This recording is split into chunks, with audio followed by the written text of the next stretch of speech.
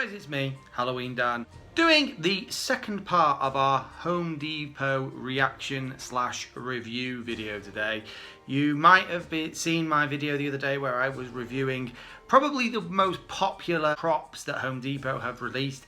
That was more of a reaction because I genuinely hadn't seen any of that footage and was really interested to see exactly what these things did after seeing so much leaks of this and that and the other. This is more of a review because I have actually seen these videos now. I couldn't hang on for this length of time. I needed to see these things and what they did. So that's exactly what this is. I'm going to go through these last few props, the big ones, the ones that people are really kind of either on the fence about or whatever, and I'm just gonna put my little 2penneth in. So let's do this.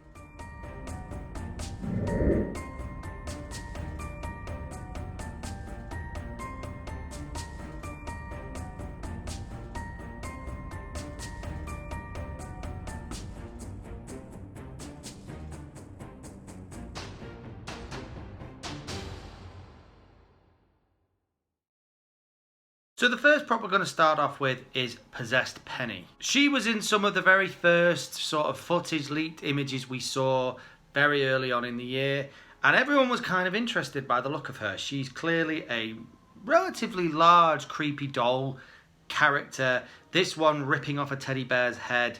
And she is, if you like the creepy dolls, this is a good creepy doll. I do like the action of the ripping of the teddy bear's head off. It's quite a simple action, but really kind of cool.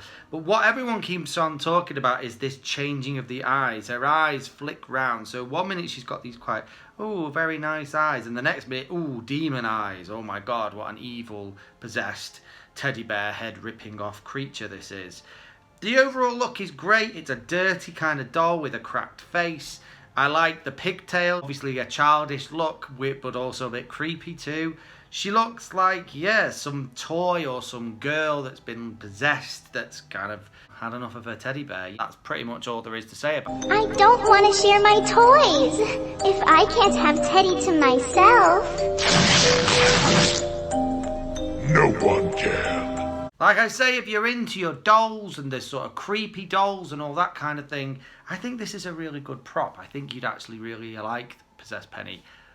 Probably not for me though. The next prop I'm going to talk about is Marie, the meddling maid. Very much like Dean the Deathologist last year, she is of the same ilk. He was a sort of drink pouring butler guy. This is a maid, funnily enough, and she's got a French accent and she's got like a French maid's outfit, but she's clearly a skeleton. And she's saying skeleton type things with a bit of a French accent. She's holding a bottle in one hand which she's swinging about. She's got a feather duster in the other hand. She's okay, but I have to say, if I had to pick between her and Dean the Deathologist, Dean would be the winner. I think they just knocked it out the park with that prop. He's very simple, but just the added thing of pouring a drink into a bottle and some of the things he said were a bit wittier than this prop, I thought. She's not bad, she's okay, but yeah, she's not the best prop in the world. The children are afraid. Then we've got the 13-foot Jack Skellington prop, which is just pushing them boundaries again of how big we can get props. This is an impressive looking prop. I mean, 13 foot is enormous. And I kind of like it. I love the Nightmare Before Christmas, and I think that I love all these sort of Nightmare Before Christmas characters being used at Halloween because it only makes sense that they should be. But I will just say, I'm just going to say, and I think this is something a lot of people think the same thing. I think Nightmare Before Christmas might have just been a little bit overdone. The merchandise is everywhere. You see it at Halloween and Christmas. I love the movie. I watch the movie every year. I enjoy it. Definitely enjoy it. But I don't know whether we really need this. Like, as a 13-foot prop, I think I'd have preferred to see something else, to be quite honest with you. It doesn't really even make a huge amount of sense that Jack Skellington is a 13-foot prop. Yes, in the movie, he is a very tall, very slender skeleton guy, but I'm not sure he's 13 foot. So I don't really know whether we needed this particularly. But yeah, if you're a Nightmare Before Christmas nut and you've got a Nightmare Before Christmas style haunt or elements of Nightmare Before Christmas in your haunt, Yeah, this probably does knock it out the park for you, I'm not going to lie. Then we've got one that I am sort of quite interested by. I quite like the look of this guy, and that is the animated swamp fisherman. He is a creepy looking prop. He's an old creepy guy rocking on a rocking chair with a skeleton fish for some reason on the end of his fishing pole. I don't know what it is about this guy, but there's something about the rocking action that's incredibly creepy. It looks a bit faster than it might necessarily should be. I think if you wanted to sort of have him looking like a pleasant old man, he'd be rocking slightly slower. And the fact that he's sort of rocking quite rapidly backwards and forwards, and he's got these sunken red eyes and this sort of torn up outfit, he's just a creepy looking guy, and he's obviously saying creepy things like, oh, get out of my swamp, or whatever he's saying. I don't know what he's saying. Very yokely kind of accent to him as well. I have no idea how much this guy's getting sold for. He's a pretty awesome prop, but I don't know where exactly he would go. If you've got a porch or anything, I can imagine in one of your nice American houses with a wraparound porch or something, this guy would look awesome. Or by a pond, or, you know, anything like that. Or if you've got a swamp theme, he'd look really great in that. But other than that, I'm not sure exactly where he would fit in most people's haunts. Nautical theme would be good, but if you don't do nautical, maybe not. I suppose he could kind of go with my pirate ship, if that makes sense. I suppose he could, but I don't know. I think more swamp theme than anything else. He's a cool guy, but I think you've got to think long and hard about how exactly he'd fit in a haunt. Hey, get away from my catch. Then we've got the Sitter of Souls. Now, I don't know really what to make of this prop. She's a very creepy prop, but quite a simplistic prop too. As far as I'm aware, her only animation is that she just sort of moves her head backwards and forwards, and she's holding a baby doll for some reason. Now, it doesn't make an awful lot of sense to me, this particular prop, because she's kind of a scarecrow, but then she's kind of dressed like a Victorian maid. She's holding a doll. Why would a scarecrow be holding a doll or a baby or anything of that nature? Has she stolen the doll? What is that about? She's got this sort of creepy look to her, bunch, you know, like bunches in her hair at the back, but is it straw hair? I don't know. It kind of looks like straw hair.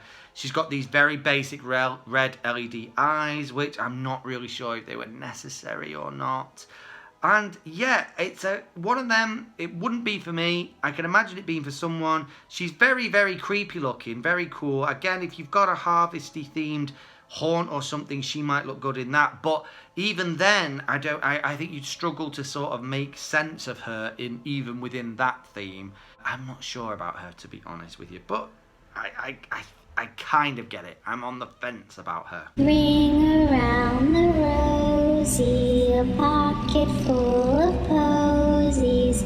Ashes, ashes, you will fall down. And lastly is the animated swamp scarecrow, another scarecrow type prop. This guy, I have to say, looks pretty cool. He's a pretty creepy looking scarecrow. There's a lot of creepy looking scarecrows this year, but this guy is a creepy looking scarecrow. He's got the green light up chest, he's got the green light up eyes. He's a scarecrow. Nothing overly amazing about the scarecrow himself. But then his action is that he brings his arms together very quickly, so it's kind of like a snap into position, like he's trying to catch you or someone else. I kind of like that. It's kind of cool. There are a few props like that. We saw a couple last year that did this same sort of action, and it's a good action. I kind of like it. But again, it's quite a simplistic prop. I have no idea how much this is going to be in the US. I don't have access to Home Depot's website, so I haven't seen these prices, or most of them anyway. So I have no idea, but I don't know. I wouldn't want to be paying more than, say, like, I don't know, £150 for this guy, which I guess would be like $200. I don't know. To me, it's very simplistic, and yeah, I think there's other things on this list that I'd be more interested in. When the crow caws twice, don't be surprised when I reach out for you. Anyway, guys, I think I've covered the majority. There are one or two. I know there was the Jack Frost prop that a few people spoke about. Very interesting looking prop, but I can't make my mind up if that's more Christmas or Halloween. I have no idea where you would put that in a horn at all. I don't even know what you do with that thing at Christmas, unless you have a particularly creepy Christmas. Maybe. I know there was another witch prop as well, a very simplistic witch prop that didn't really do an awful lot compared to the other witch, Lethal Lily, who I think we all know that she is a big thumbs up from me. I'm not really sure exactly whether you weighing up the two, whether the other one even rates. I don't know. But yeah, overall, both from the video I did the other day and this video today, Home Depot stuff is epic. It looks epic. At the start of the year, everyone was a little bit uncertain by Home Depot. Everyone had seen these few leaked images and was kind of like, ugh. I think Home Depot may have lost this battle this year. Lowe's, it looks like, has claimed the title. And I think that Lowe's has claimed the title in some areas. I think that other things, like other things Spirit did as well, have kind of stolen a few awards here and there. Whereas in years past, or like last year, I think Home Depot just sort of swept the board. But I think that Home Depot have definitely gained some of their true fan base back a little bit, me included. I saw these things over the last few days and I've been quite surprised, pleasantly surprised and blown away by one or two items. I think they've definitely done a good job for Halloween 2023. And with that being said, I will see you in the next one. Keep it spooky, guys. Bye.